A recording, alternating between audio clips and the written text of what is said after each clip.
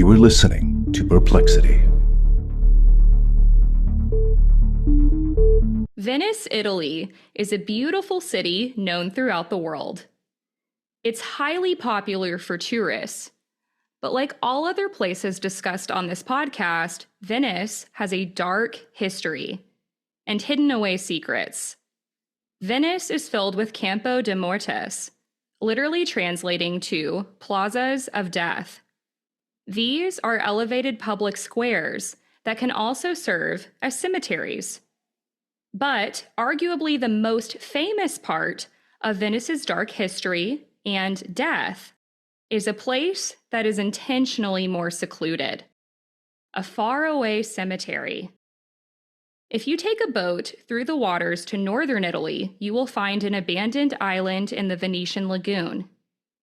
Locals and tourists are actually banned from visiting. Fishermen avoid the area at all costs, in fear that their catches will be cursed. This island was formed from the ashes of hundreds of thousands of people, criminals, mental patients, and victims of the bubonic plague. It's one of the darkest places on Earth and one of the most haunted in Europe. It's been labeled the island of no return, the island of ghosts, or Plague Island. To step onto this island means to have one foot in the real world and the other foot in the next. As the locals say, when an evil man dies, he wakes up in Poveglia. This is the story of Poveglia Island. Hello, everybody, and welcome back to another episode of Perplexity, a mystery podcast. As always, I'm your host, Kadra. If you're new to the show, hello and welcome. I tell tales every single week that have perplexed me. So if you love a good mystery that leaves you wanting more, don't worry, you're in the right place. And if you end up enjoying today's episode, I would love if you continue to follow along. If you're a returning listener, hello, my friends. Welcome back. Happy October. So happy you're here. And I have a great spooky episode for y'all today.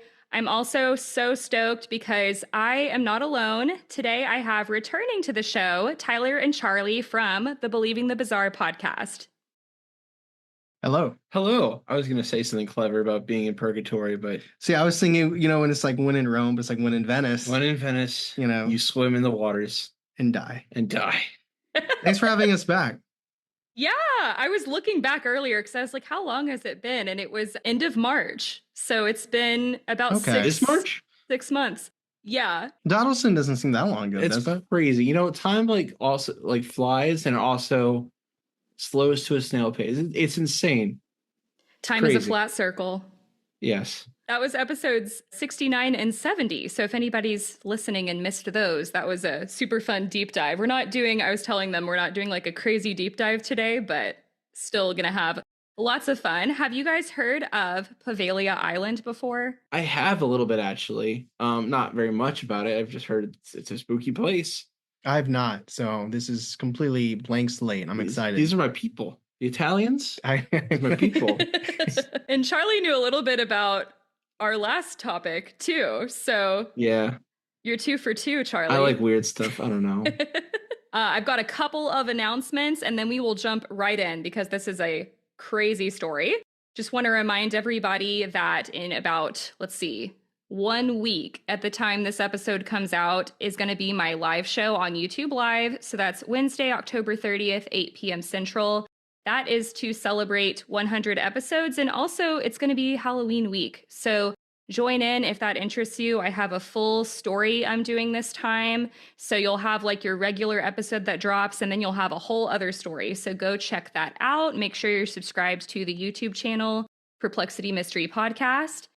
And I just wanted to remind everybody, because he was on a couple weeks ago before his show came out, Adam from Weekly Creep, his new show, Houston Strange, is out now. So check it out wherever you get your podcasts. It's super awesome. It's a paranormal interview show where he brings on all kinds of people from Houston, asks them about their experiences. He's been doing a lot of research. So great time. He was on just a couple weeks ago. So go check that out. Houston Strange. Trigger warning, as always.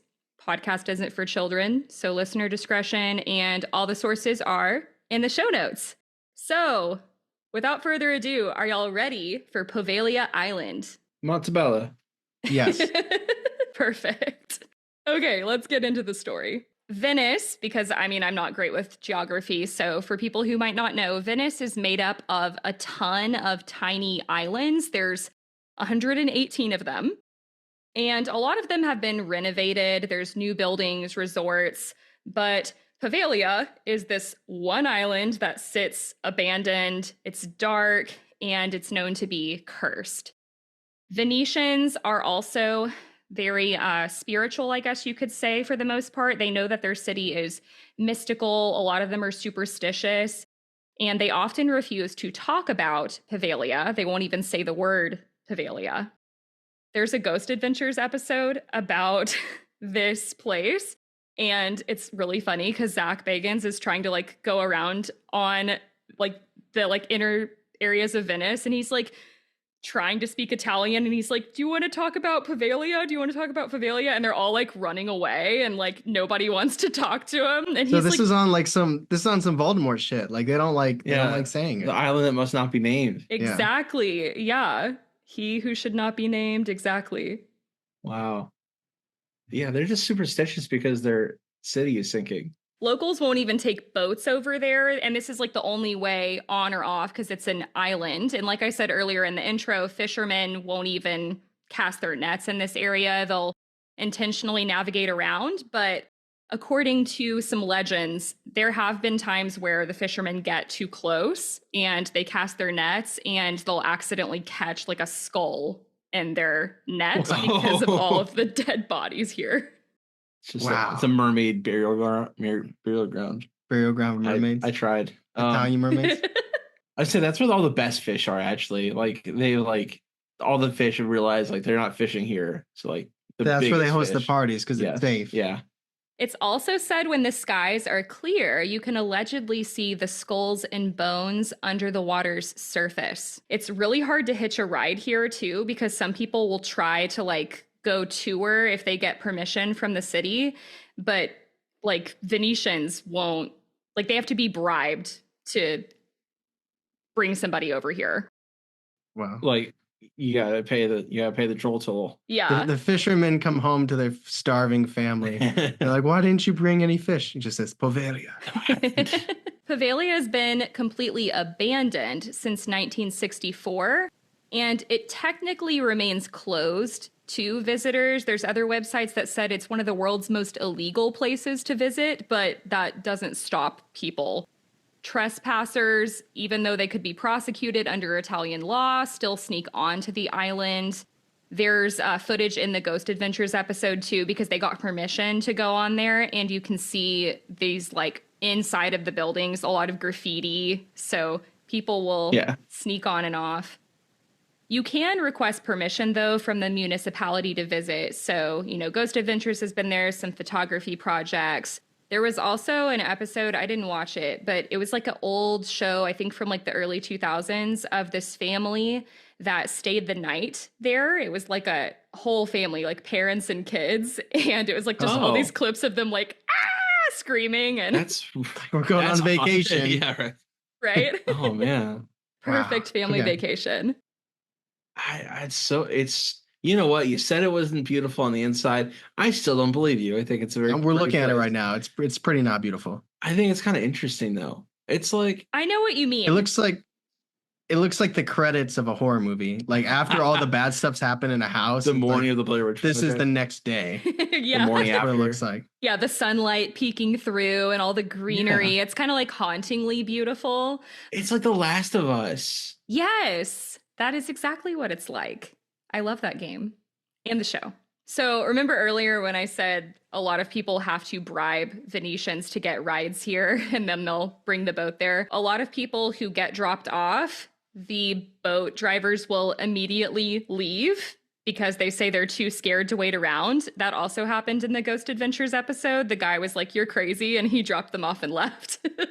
Wow. So do you like boat Uber? Like, what do you do? Do you just do you call someone? Like I've never taken a boat anywhere like that. Can't you like rent your own boat? It kind of seemed, and this could be totally wrong, but like the way that from what I gathered, it was kind of like water taxis where there's enough boats that are like, because it's a big open harbor, so they're far away, but you can kind of flag people down, or you could probably call somebody, but they don't like to be near the island. So as soon as you convince somebody to drop you off, they usually leave. I think what's interesting about this is you'll hear about urban legends and things like that, where it's like nobody goes there or avoid this forest or, nobody goes in this cemetery after dark. But that people just kind of say that to get a rise. Yeah. Or it's like that's just what the legend says. But it truly seems that the people here really do buy into this and truly avoid it. Yeah, that's what I gathered too. And I mean, it seems also like the people who do come visit here, they're not locals. Like locals don't want anything to do with it. So yeah, they seem to be fully bought in. Because it's been abandoned since the 60s, the buildings are very old. They haven't been properly taken care of. So you can see that in the photos. The island's full of creatures and spiders. Everything's very overgrown. So it's not exactly like a safe place to tour either. There's all these ceilings that have collapsed and things like that. So it's definitely not a place where you want to like go into certain areas. Did they really say spiders? Like that was in the notes? Like there's a bunch of spiders there? Because that sounds terrible. Like I'm already out. I think I added that in from the Ghost Adventures episode. They were like, there's spiders everywhere. Oh my God. I'm out. You just look at it, you can infer there's spiders, honestly. Like they're everywhere. Somebody just dumped a bunch of spiders there and it's an island. Like what are they gonna do? It just made me think like, okay, if it's like infested with spiders and everything's so overgrown, it's like that's like the perfect area for creatures to lurk too, so who knows what else is here, maybe some cryptids. So a little bit of history about this place. The island was also a battleground several times. From the very beginning, Poveglia was founded in tragedy, hence why it's allegedly so cursed and haunted today. Part of the mystery, though, it's not clear exactly when it became inhabited. Some people say the island was founded by prisoners of war and hostages who fled after a bloody assassination, so they came here for solace. Many other people say that bloody battles were fought here. And the island was first mentioned in the chronicles from 421 AD when refugees from Padua and Est fled there to escape barbarian invasions. By the 7th century, a small town had formed, and by the 9th century, it was booming. The town was doing really well, but then they got into a conflict with Genoa in the 14th century. This became known as the Chioggia War, and this was an extended conflict between Genoa and Venice that led to the island being abandoned. A lot of people died during these battles. If my memory serves, a couple of the websites would also talk about spirits of dead soldiers wandering here. The Poveglia inhabitants relocated to the main part of Venice after this war, and it wasn't until the 18th century that the island was actually put to use again. For a while, it was a storage location. Napoleon actually stored a lot of his weapons here. And in 1776, it came under the jurisdiction of the local public health office. It was originally used for customs control, but later became a place for plague control. So this is where we start to get dark again. So the bubonic plague, for people who don't know, because we really haven't talked about it on this podcast, as popular as it is to know about. The bubonic plague it's not super common today, but it's a horrible way to die. It's insanely painful. You get these giant growths on your neck, usually because your lymph nodes get swollen. Yeah. It's already such a awful way to die. So imagine being sent to this island to live out your days, because this is how they kept people away from the mainland. They would send them here. Yeah, imagine being sent there. You're just like, you sure? And they're like, yeah. And you're like, well, I guess I had a good run. And at least there's probably no spiders there. Everything's just fine there, right? Lots of food and nothing scary. That is tragic. Yeah. Yeah. In the year 1793, 2 ships were stopped for a standard check when it was noted there were several passengers showing signs of the plague. So, what they did is they took all the ship's passengers and forcibly transferred them to Poveglia. Oh, Damn. Could you imagine? get those dudes some summer scarves or something. Come on, hide that shit. Oh man, but what if it gets into the population? Like, but I get the logic. That's just like, imagine you didn't even talk to that person that like they think might be infected with Then the knock plague. them off It's the like, boat I before didn't you get even in. see that, and then you're like, oh man. So, I mean, historically, people only really came here if they were essentially living out a death sentence. Because, like I said earlier, we had criminals that came here, people who were deemed insane, there were soldiers that died here, and now we have these plague victims. So, if you contracted the bubonic plague, that was common in Italy, that you would be sent to these I think they're called lazarettos, because there's 2 other islands, Lazaretto Nuovo and Lazaretto Vecchio. These were other popular quarantine islands. And I think it's 40. It's a word in Italian that means 40. That's where we get the word quarantine. And that's because they would go to these places for at least 40 days. So when criminals were taken here, they were commonly killed. Many were killed by drowning, pushing them off the docks and forcing them to sink, which reminded me of the Salem witch trials. I know a lot of them were burned, but do y'all know what I'm talking about when they would weigh them down? And yeah, awful. Well, Is that what you mean by forcing them to sink? Yes, sorry. Yeah, what did I was like, say? how do you force them? No, that's what you. Yeah, no, I did know. You're like, you sink, you son of a bitch. Well, no, I see that like a spear or something. They're like, if you come up, you get jabbed. Yeah, so it's you like just stay under. The fallacy is like, if you die, you're not a witch, but if you don't die, you are a witch. Yeah, so is their bad. Yeah, yeah. But no one pays that price. Yeah, they essentially made them drown. And I think that's why they find the skeletons in the water a lot, is from these people. Made them swim with the fishes. Yeah, literally. This is Italy. Yeah, I know. That's what I'm talking about. It was also common in outbreaks of illness for Italians to take their dead and dump them in various lagoons. So that could also be why there's skeletons here, because they were running out of room in all these mass graves inland. So then they would wheel their dead out into the water. Lagoon is too pretty of a name for a graveyard. Like, the lagoon, it's so beautiful. You just see a body float up. Oh, yeah, like bubbling. Imagine being the person who has to make these decisions, though. Like, this sucks. Like, all around. Like I don't think they handled it well, but hopefully there was at least a little empathy when they were making these decisions. The graves were so full. Yeah. We want to respect the dead, but what do we do when there's this risk for health, like a public health crisis, infection? Yeah. We only have so much space. So we have to take them somewhere else. So when plague victims were boated over to Poveglia, they were often escorted by a plague doctor wearing a medico della peste mask. And that is the traditional plague doctor mask with the beak like just bird appearance. It's really spooky. We see them in a lot of horror movies these days. And inside the mask, the doctor would stuff herbs into like the beak area for protection. And they thought that it would like prevent them from getting sick. They would also burn herbs on the boat. Were they burn in the mask? Like they're smoking it there? I think they just burn them on the boat, but that would be. I mean, I just think this is such like an ominous image for people to really take this in. Like, imagine you are on this tiny boat with people crammed together, everybody's coughing and in pain. And then you just have this like creepy plague doctor staring at you with a beak, and they're like burning herbs. And then they're just like slowly paddling you through the water towards this island where you know that you're probably going to die here. Super They must ominous. look so inhuman, so otherworldly. And like, it's like that, those kind of images, you can almost see where religion gets its power. You know what I mean? By the otherworldliness of it.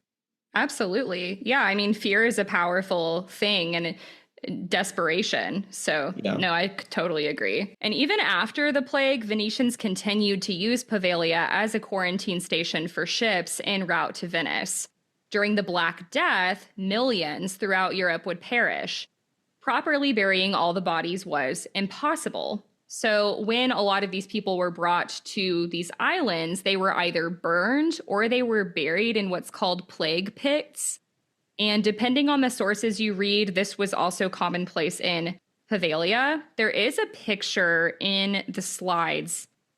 I can't verify if this is actually from Poveglia, but it was on a couple of the websites I came across. Yeah, just all the bones. Yeah, just a giant pile of bones.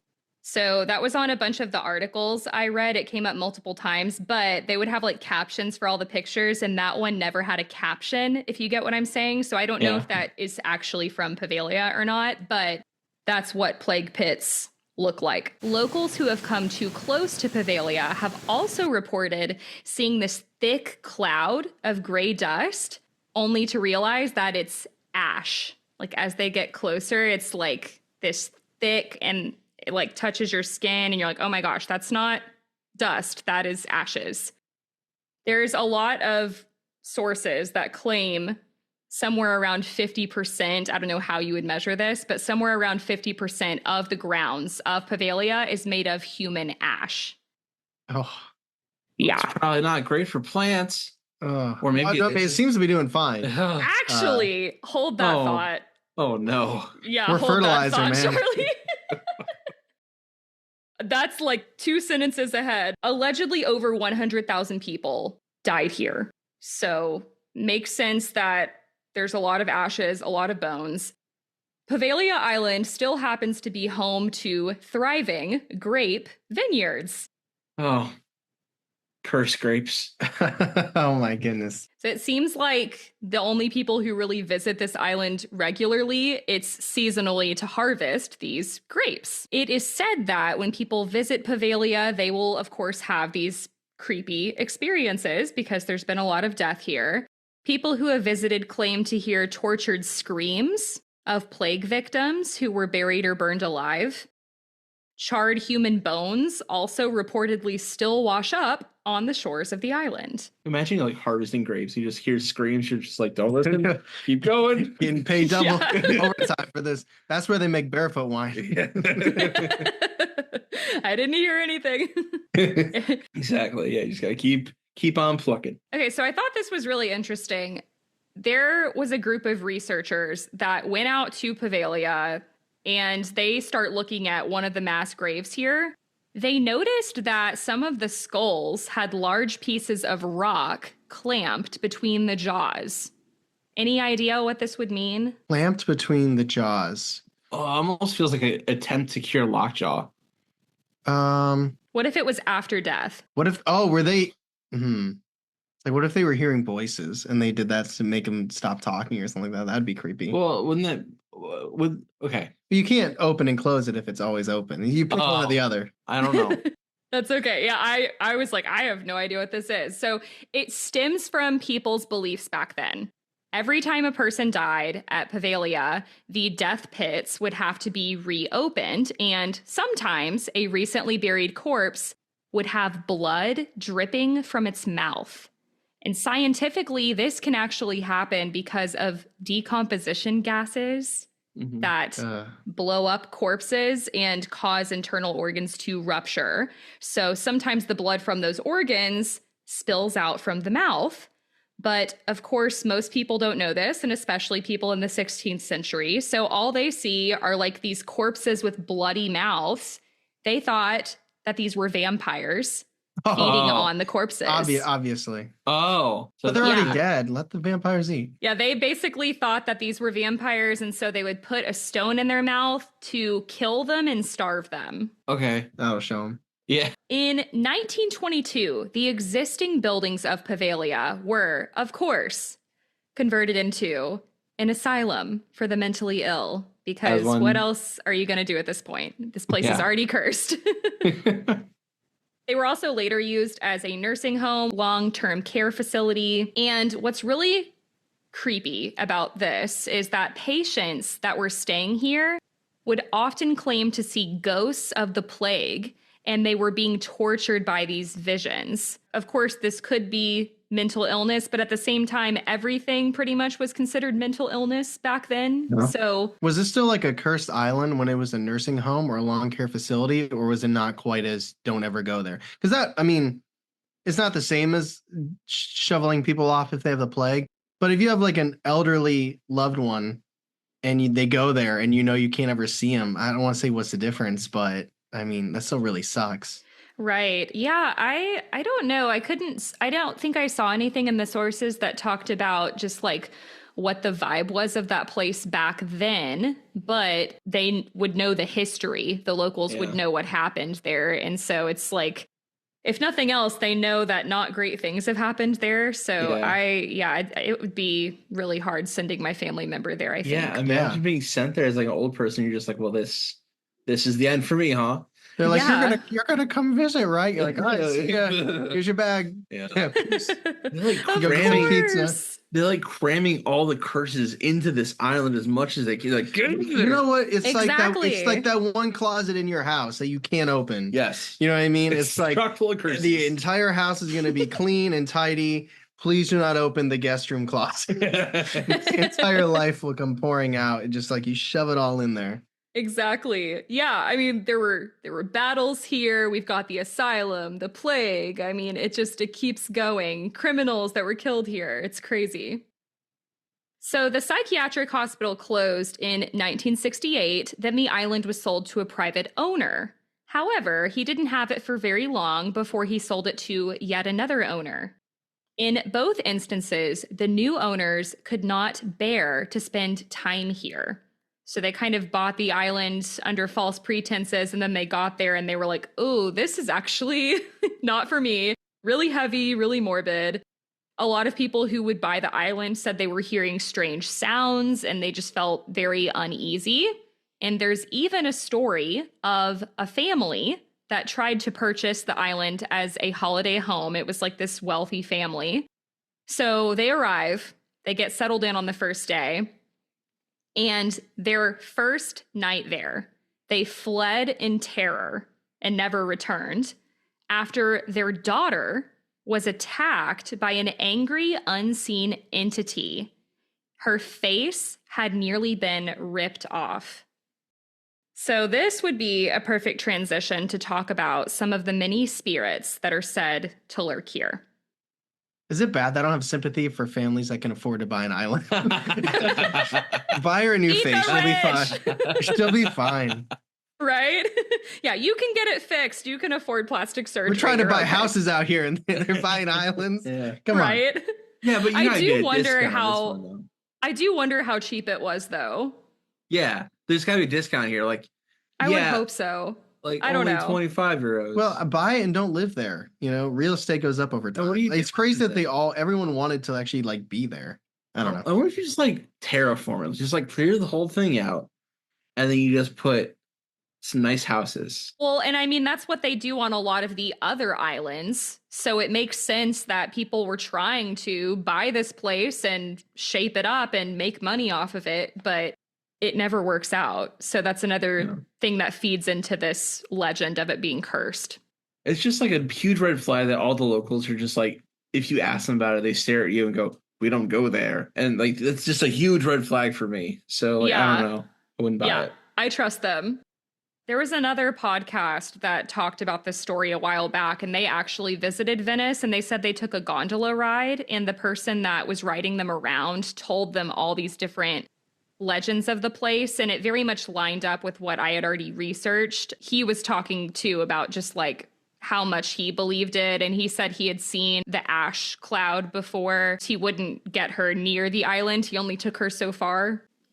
So the spirits that live here, one of the first ones is known as Little Maria. She is believed to be a little girl who died in the plague. It's believed she's been trapped on the island for the last 400 years, and her cries have been heard by visitors. Many other sightings stem from the asylum.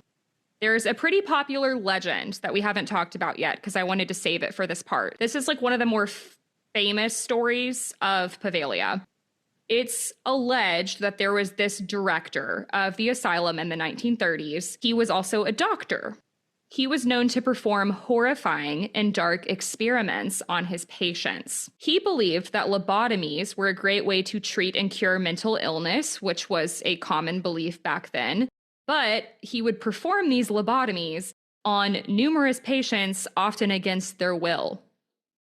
The procedures were heinously wicked and painful, as he often used no anesthesia. He would use hammers and chisels, and he would also not sanitize his tools. He supposedly saved his darkest experiments for special patients, quote unquote, whom he took up to the hospital's bell tower, and you can see the bell tower in the pictures. It looks like a clock tower. He would do some of his darkest experiments up there. Screams of his victims would ring out across the island. So imagine you're already being taken to this forsaken place, and then you have this evil doctor, and you are like, is he going to get me next? So it said a lot of the patients were really scared of him. Over time, the doctor began to suffer his own mental torture, being haunted by the many ghosts on the island. It's said he eventually lost his mind and climbed to the top of the bell tower, flinging himself to his death below. And there are many accounts of what happened after this. Some people say he jumped to his death. Other people say he was pushed, maybe by a patient or by a ghost. There's also a legend that says a nurse witnessed the fall and claimed that when he fell, he initially survived. Whoa. But then a black ghostly mist overcame his body and choked him to death. I feel like that's what happens when you spend your life making ghosts. Like, if that's the career path you pick, something like this is bound to happen. That's so horror movie. Like, it's like we just read a horror movie on Wikipedia is what I feel like. Yeah, exactly. Very horror movie vibe. Some elaborate on the legend and claim that the doctor was seized after he fell. He was still alive, and he was lobotomized by some of his patients, then bricked up in the wall of the bell tower. Is there any proof of that? I don't know if we have proof of any of this. But yeah, this is a legend. Yeah. I believe the jumping off part because he's being haunted by ghosts. And I just absolutely. Is there proof that he did do lobotomies? Do you know? No. And that's the other thing that kind of annoyed me about some of the sources that I read, and also Ghost Adventures. They very much present this to be fact. Sure. So Zach is, doing his thing, and he's like, this doctor who worked here day in and day out, and like he literally says it all as if it actually happened. Yeah. And he's like, if I was a patient here, I would have beat him up. But, right? I wasn't. There's one point where he like climbs, because there's a little ladder that you can still take up to the bell tower, and it's like this like thin metal ladder with like kind of that circular metal railing around you in case you fall back. And he like climbs up there, and the cameras are on him, and he's like, what are you gonna do? Push me, do something, blah blah blah. And he's just like trying to he's like, Aaron, get down there in case I fall. He's like, have Aaron spend the night in the bell tower. I think it's either season 2 or season 3. I would highly recommend this episode. It is so entertaining. Oh, I'm sure it is. And I'll talk about it a little bit more later. I love your Zach impression. That was really good. Oh, really? Thank you. What are you gonna do? Push me? It's really good, yeah. Thanks. Other versions of this legend say that patients placed him in the tower after he was dead. So just tons of different variations of this. Locals to this day claim that the doctor's spirit is still in the tower and will remain there forever. And on a quiet night, if you listen closely, you can hear him ringing the tower bell, despite it being removed years ago. But there's no concrete evidence to support the existence of such a doctor on the island or any record of a suicide attempt. It's still a good story, though.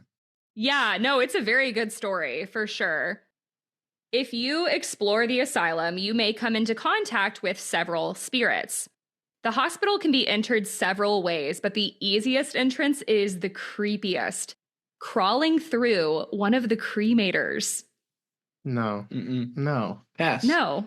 Absolutely spiders not. too. Like it's like So many spiders. Not crawling anywhere. Pass. So one of the spirits in the asylum is named Pietro. And according to legend, Pietro was a resident of the asylum who was wheelchair bound. Both of his legs had been amputated. He was known to race his wheelchair through the hospital. Visitors will claim to hear the sound of a wheelchair racing up and down the corridors. Yeah, when you live in hell, you got to do something to liven it up, just Right? got to do something to make yourself happy. Yeah, they're like, there goes Pietro again. Just going quick. There's also the spirit of a female called Frederico, who has a terrifying, wide smile on her face. Ooh. She laughs out loud day and night and has been seen by multiple visitors. People say she's scared of the mad doctor who still performs his sick experiments. A pair of huge eyes has been seen just below the water's surface, right around where the asylum is as well, and other people claim to see faces behind the windows of the asylum area. That would be sketchy. Imagine like walking through, you just see faces. There's also shadow figures that are spotted moving along the walls, and the shadow figures appear to follow them.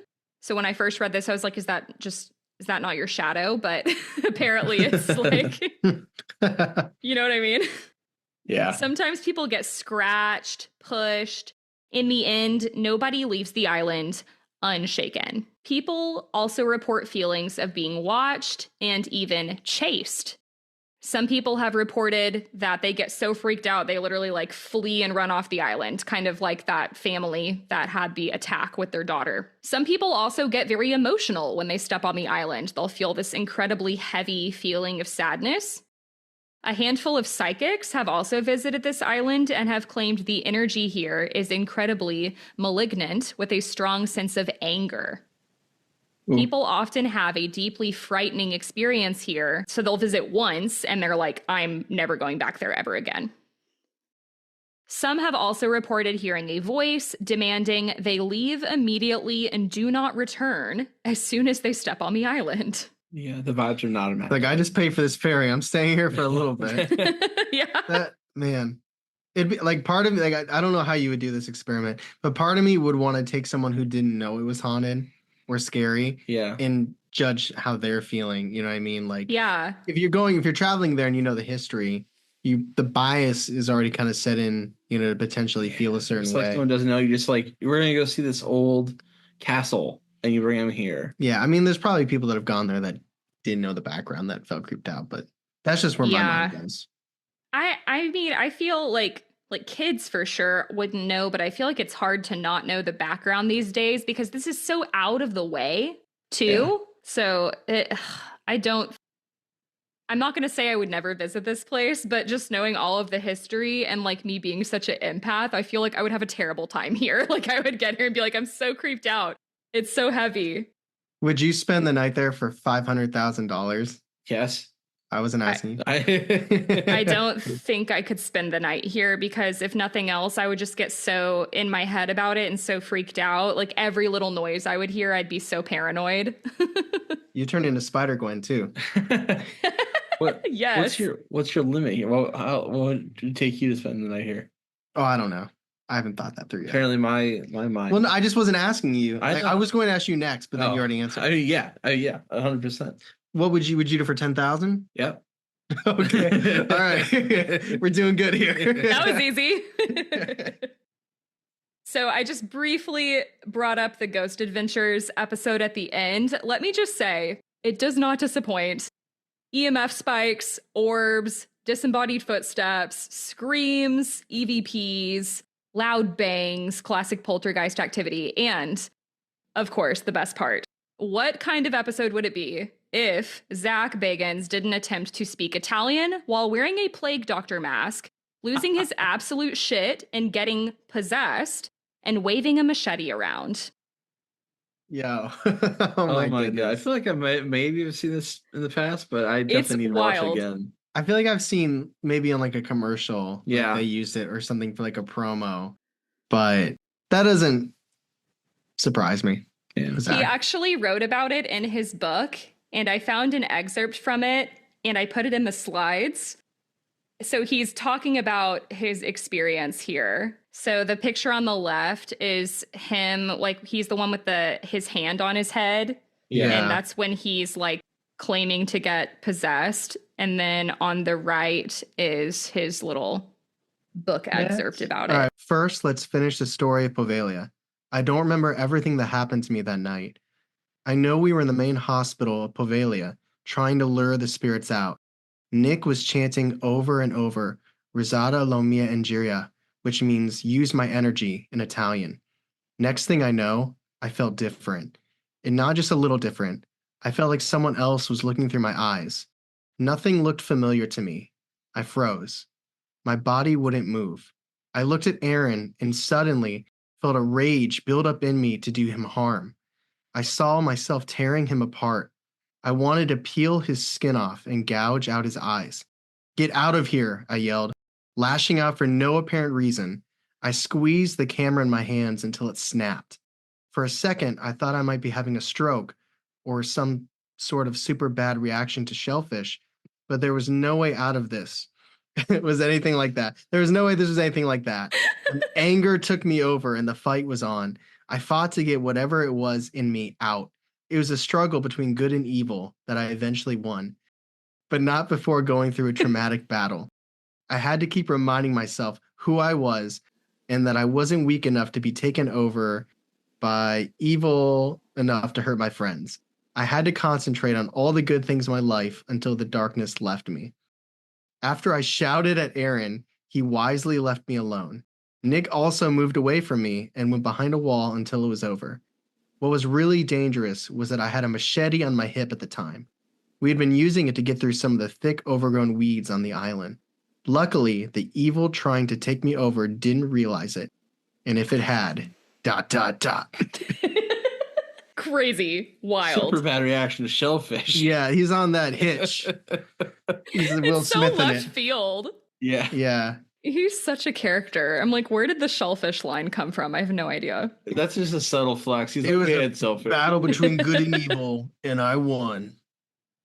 In their episode, they also mentioned, and I did fact check this to make sure, because, like I said, some of the stuff they say is actually just legend, but they talk about how some of the construction crews had come out to work on renovating some of the buildings here, but time and time again, they would have to stop because they were being driven away by unforeseen forces. They didn't feel safe building things there. So it's kind of like when you try to remodel a haunted house and crazy shit starts happening to you. They were just like, nope. Even as recent as 2023, they tried to do another construction project here and things just keep falling through. So whether it be a curse or paranormal activity, it's not happening. So it seems like the way this island is for the foreseeable future, it's here to stay.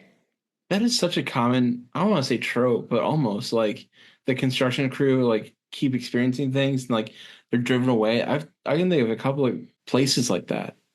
Yeah. I think that's compelling too, because these people are just here to do their jobs. They're not here to have an experience. You know what I mean? Mm-hmm. Any thoughts on Poveglia? It's wild. It definitely fits. Like if you naturally believe in hauntings like Charlie and I do, and you can believe in energy, I mean, it totally makes sense that this island is haunted. Like if you believe in that, the dots connect for me at least. Like I was kidding earlier about just like cramming all the curses in they could, but it feels kind of like that, Has there been a massive like cleansing that anyone has tried? I wonder. I don't think so, but I was wondering that too. I was like, why don't they just bring in people to cleanse this whole place? Because it seems so heavy and angry. And if they, are thinking of it even from a business standpoint, people get desperate. It's like, why not just bring some people in, do all of this, and then you can do whatever you want with the island? Yeah, I think they got to sink it. Sink the island? Yeah, it's got to be donezo. No more. How would you sink it? Cut the bottom and there's just one strand of land. Just gotta snip it. Lots of dynamite. Lots of dynamite, I think. But then the whole water would be spooky. I was gonna say, do you think sinking it would do it though? Then you'd have like a Lake Lanier on your hands. No, people start drowning mysteriously. All these fishermen drowning. Anyway. No, you just gotta get rid of it. Just gotta get it out of here. Quarantine it. Just get the longest caution tape and just put it all the way around Spider Island. Pull the lever.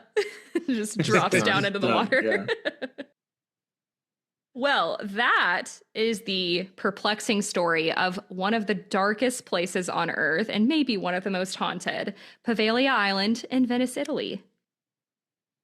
So at this point, if you guys have any personal hauntings you'd like to share, any creepy experiences, and then I have one listener story to wrap this up as well. I got one good story from college. Cool. So I was a stage manager for you've heard this 1,000 times. I have. So we should tell each other. No, we're not doing that. So I was a stage manager for this play, Shakespeare play. I can never, for the life of me, I'll never remember what it was, but it was a comedy. But it was in the theater in the school in Is Akron. it Greg Got Brown? No, That's not a comedy. That's not Shakespeare. Well, you're right. I was just trying to think of shows before I really knew you. Yeah, no. Or was it after I knew you? This is after I knew you. What year is this? After you graduated, like 2017. 2017? What were you No, doing I graduated in then? 2016. Maybe 2014 or 15. All right. It was a Shakespeare play. Anyway, so I was the stage manager in this theater, and we had a black box theater. So it was basically just all painted black, and it was a box. Best way to describe it. We also had these 2 child-sized dolls that we're using for blocking, and they were pretty. I don't know the policy on swearing. I don't want to swear. I'm sorry. Oh, I don't care. Okay, they were fucking creepy. I believe it. I hate dolls. Yeah, they were child. There were 2 of them, and we had them in the corner by the light switch. We also had we had rehearsal that night, and I decided I was going to stay after everybody left and do some paperwork and finish up. Not 5 minutes into listening to my iPod by myself in this big empty space, I started to get these weird vibes, and someone's just telling me I'm being watched and I need to leave. And so I pack up really quick and I walk over to the light switch by the dolls. The way that it was set up is you have to plug in the ghost light, otherwise it's completely black in there, no light at all. So I plug in the ghost light, and then I hit the switch, which is in the corner. And it's, except for the ghost light, it's completely black. And I feel like at this point, I'm almost being chased out of, like, I feel like a pressure on my back. And I'm walking very quickly, pulling the keys out, and I walk towards the set entrance. There's these giant big doors. What do you say, oak? I did. Cherry oak? Yeah. They're giant doors, and they're like 10 by 12. They're huge. And there's 2 sets. You go through the first set into the set, like almost like costume area, and then out. And as I'm walking, almost running out, being chased by just this pressure behind me, I get to the doors and I turn around as fast as I can, just walked out, and I see in the ghost light, I see both the dolls' silhouettes in the middle of the room. And as I grab the door handle to try to shut the door, something is pulling against it as hard as possible. And I'm fighting to shut this door with the key in my hand. And like, as the door is shaking, I get it to finally lock. And when it locks, everything stops. The door isn't shaking at all. There's no residual. It almost like it turns off. And I, every time I tell this story, it freaks me out. Yeah. And I walk out of into the big lit up space where there's a janitor buffing the floor, whatever. And I walk to my car and I call my now wife. And I'm like, I am never going to be alone in that theater ever again. So help me God. Wow. Yeah. And you said this was in college, and it was a black box. Yeah. Mm-hmm. Was this a community theater, or was it for a university? It was our university theater. University Do you of know Akron. if there's like anybody else had experiences there? Yeah. Yeah. Tyler has seen something there. Our Yeah. friend Alex has Really? seen something there. Yeah, like on the catwalk at the top, like me and my friend have both seen like a leg or Yeah. a shoulder. Everyone who ew. had been there has seen or felt something there. I never really felt weird, but I was never in there alone, ever. Yeah. You know how when you were like that, where you were talking about like where the costumes and stuff, you know, there's a huge mirror on the Yeah. left. Imagine if you'd have looked in there, like when you felt like you were being like pushed out, In that mirror? which is funny. They push you out, but then they want you to stay, or maybe they were trying to get out. I don't know what they're doing, man. It's very scary. But that's where Alex saw the ghost figure. Yeah. I grew up in theater too, and I've done shows in black boxes, so I can very much visualize it. And theaters always seem to have a weird energy to They them. So do. adding Yep. dolls on top of it is so creepy. I remember the silhouettes. I'm like, what the fuck? Because like, I didn't move them. They were in Yeah. the corner. Those would be in my nightmares, like just like little flashes of the silhouettes. Oh no. I stood there for a moment, just like, what is going on? Am I going Yeah. crazy? Janitor's super yep, creepy. ghosts. Don't go in there at night. Tyler, do you have a story? I'm trying to think of one that isn't the one I always tell, but I don't have another good one. It's okay if you don't. Something. Well, I mean, I like the one that I always tell, but it's the one I always tell. So I'm trying to see, but it's not like I have like a list of Do you have horror anything experiences. in our apartment? The creepiest thing that happened in our apartment to me was it's very short. I was getting dressed and we were getting ready to go to bingo. It's like an Akron campus event. And when I turned around and I could see someone leaning into my door frame, and I assumed it was my friend our friend that lived with us at the time. And so I just said something out loud like, "Oh, are you getting ready to go, or when do you want to leave by?" And then I hear him from all the way down in his room shout, "Did you say something?"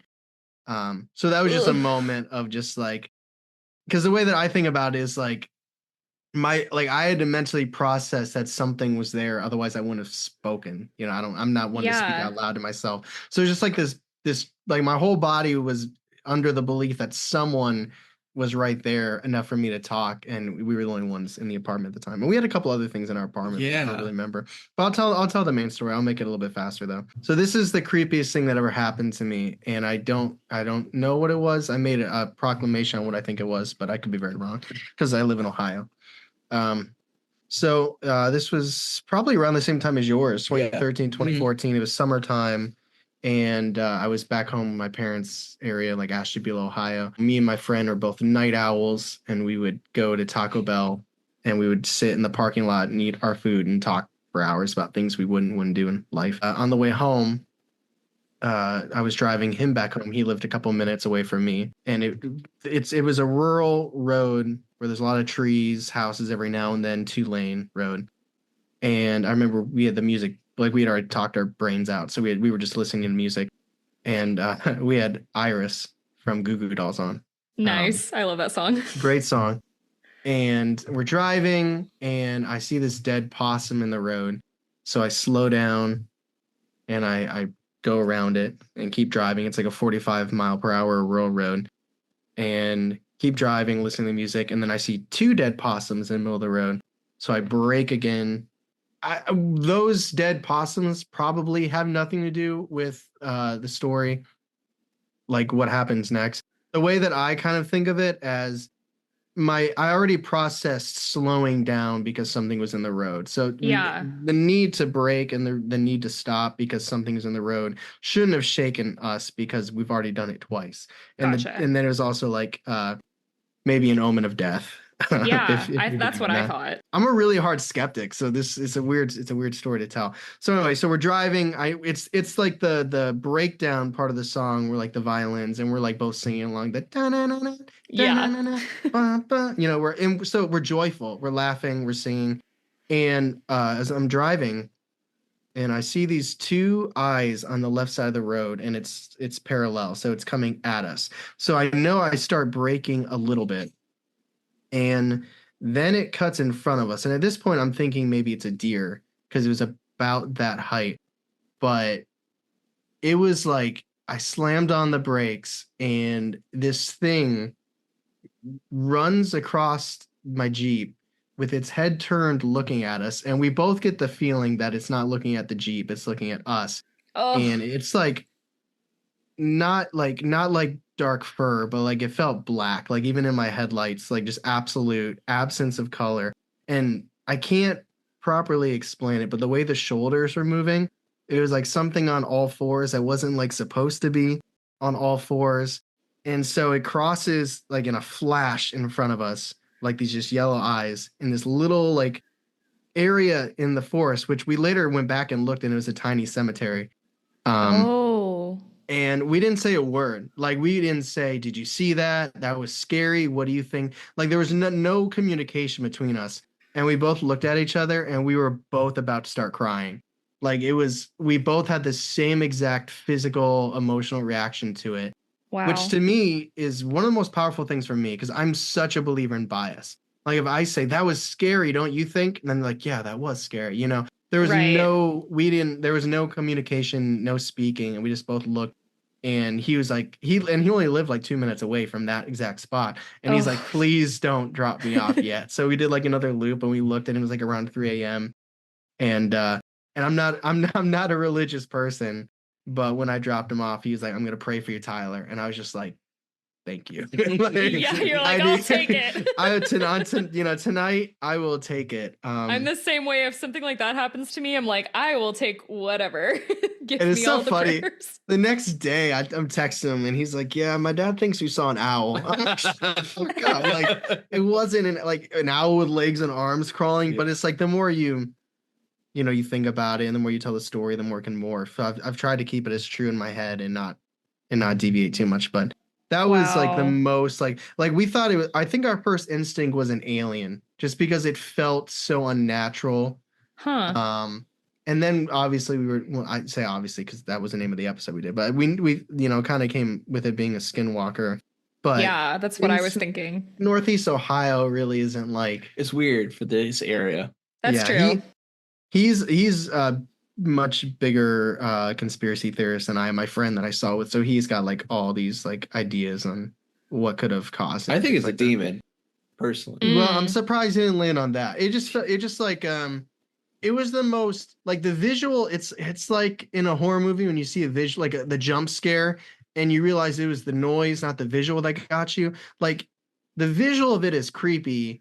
But if it was a horror movie, people would be like, "Oh, that's a cool scene." It was just how it made me feel. The feeling, like the feeling it gave me of just absolute dread. Which that's when you research skinwalkers and stuff like that, that's part of it. But well, it was and they're just known to make eye contact with you, like when they dart in front of cars. That's one of the classic things you hear a lot. And it was just that vulnerable moment where like we both looked and we were like both on the verge of tears, and it's like we'd already stopped twice. It's just like. Something crossed in front of us. Why would you be so freaked out? So yeah, exactly. Oh my gosh, that's terrifying.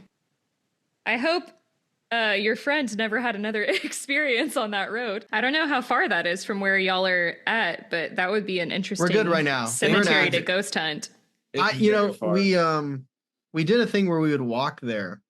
Like in 2014, we started playing this game. It was funny because we were like, we're gonna play this game. Where we're going to walk from one of our houses to that little cemetery. And it was funny because we start walking and he just looks over at me. He's like, "Hey, by the way, I don't like being seen by cars at night." I'm like, "What do you mean?" So that turned into us having to hide from cars. And we're like 20. So it was like, we were, 32 now, but insane. But when we got there, we realized that the cemetery was peaceful. Like, it's not like that was like the stomping grounds or like the home of whatever. We believe it was something passing by. I think like we felt comfortable enough that we would like lay down and look at the stars and talk and have conversations. Sure. So, I don't think there was anything weird about that place. I think it was just gotcha. Got it. Okay. Yeah. Thank y'all for sharing your stories. I always like hearing that too. I mean, and also Tyler, I know how skeptical you are, so that's always, I don't know. Those stories they're always fun coming from a skeptic. Yeah, I also am a skeptic, for the record. Yes, and I'm thankful that I experienced it with a friend. He might be my most off the wall friend, but I'm thankful I experienced it with someone else, because if it was just me, I probably would have already started doubting it by now. Yeah, that's probably fair. It was just an owl. It's just an owl. I haven't read this in its entirety, but I know it's a paranormal experience. But it's actually from one of my friends. She like avidly listens to this podcast. She also has her own podcast. So this is from Alicia, Twisted and Uncorked. So if that sounds familiar to any of my listeners, it's because she's been on my show twice, but she's become a good friend of mine. And I told her I was looking for listener stories. So she sent this in and I wanted to include it. Alicia says, "First things first, I just want to say how amazing you are, even separate from being my friend. Your show is incredible. I can see how hard you work on it and how far you've come. So proud. I could listen to you talk all day. Anyway, Gushing aside, I'm here to tell you about some spooky activity that has taken place in my house that I currently reside in. Here's hoping writing this doesn't make it worse. Eek! I grew up in a haunted house and worked in a restaurant packed with paranormal activity, so ghostly activity is not new to me. My husband and I often wonder if there's something attached to the unit or the building we live in general, or if it's something that I brought into the house by doing my podcast. I try to do regular cleanses, and I'm careful to never invite anything in, but I have often been told that I may have some medium abilities, so maybe I don't have a choice in the matter. But on to the spooky stuff. The apartment I live in is currently the first home my husband and I purchased. We have been living here for 8, nearly 9 years. When we first moved in, we didn't have a ton of furniture, as this place was much larger than the rental we're in, and our living room especially often felt eerie and empty. It's full of books and plants now. I remember one of the first few weeks that we lived here, I woke up in the middle of the night to pee, but I was too afraid to get out of bed because it sounded like someone was walking through my living room. Now I know what you may be thinking. I live in a condo. It could have been the floor above me. But I grew up in a basement suite, so I know what footsteps above me sound like. This was not that. It sounded like large, pacing footsteps, like a man walking back and forth. When Kevin and I went out into the living room, the footsteps stopped and no one was there. On multiple occasions, I have seen shadow figures walk by door frames and corners to the hallway. One time I recorded it after, and I caught an intelligible EVP. You were the one that pointed it out. Yes, I will talk about that in a second. I caught a second very angry EVP when I was recording a soundless video of me smiling for a Patreon video in my living room as well. Next, we have the hair-pulling ghost, as I refer to it as. I have hair almost down to my butt, and it does get caught from time to time. But these are hard pulls, and they come from low down. For example, I was cooking in the kitchen one evening, and I felt a hard yank on the end of my hair. I turned around thinking it was my husband, but no one was there. It's almost at the level of a little kid tugging on your shirt to get your attention. This has happened on 4 separate occasions, 2 times being in the middle of the night. So that's fun. I have an old-timey alarm-style clock in our living room for decoration, the type with bells on top, and there's no batteries on it. One night, my husband was woken up in the middle of the night to it chiming in the living room. It was sitting on the floor, rattling around. It's normally up on a shelf. There was no sign of how it fell to the floor, although it did scare the crap out of my pet rabbit, Thumper. Speaking of Thumper, he has recently been a subject of some of my mimic/double activity in our apartment. Just this morning, when I went to feed him, I saw him crawl under the couch, and when I went to coax him out for his breakfast, he was in our bedroom and not under the couch. On 3 separate occasions, something in my house has also imitated my husband's voice, and it could not have been him. Once it sounded like he was very hurt, and the other 2 times it almost sounded like he was being his playful, cheeky self. The lights also flicker in the podcast area randomly, and I've caught orb-like figures a few times in podcasting videos. Kadra, feel free to share the EVP I unknowingly sent to you the other day. I will keep you updated on any new things that happen in the house, and I will send you some more of my crazy ghost stories in the future. Lots of love to you and your amazing show, Alicia. So... That's haunted AF. Oh, haunted. I knew some of that stuff, but oh my god. I would cut my Alicia. hair. I would cut my hair. That's so unsettling. And also, as a husband, if I did that, she's like, "Oh, I thought maybe it was just my husband." Like, I'd get in trouble. I don't know about you. If you just, just playing. Yeah, that is so scary. The mimic stuff really scares me. Yeah, that's not good. No. I haven't done an episode on mimics yet, but they really creep me out. And I think that's part of why I haven't, because I like, oh, what show is it? Yeah, I can't remember. It's on Netflix. It's like something haunted, and they like sit down with their family and their friends for the first time, and they talk about things that have happened to them. And there's one about a mimic that is so freaking scary. It gave me nightmares. But, so the EVP thing.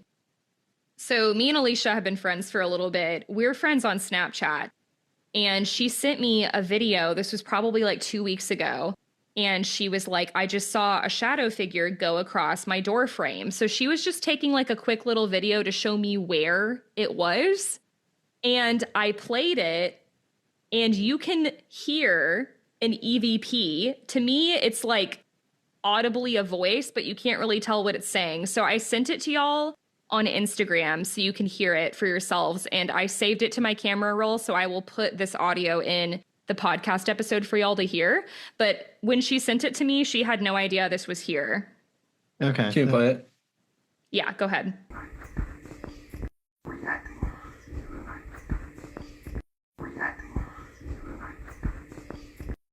It's not something like reacting.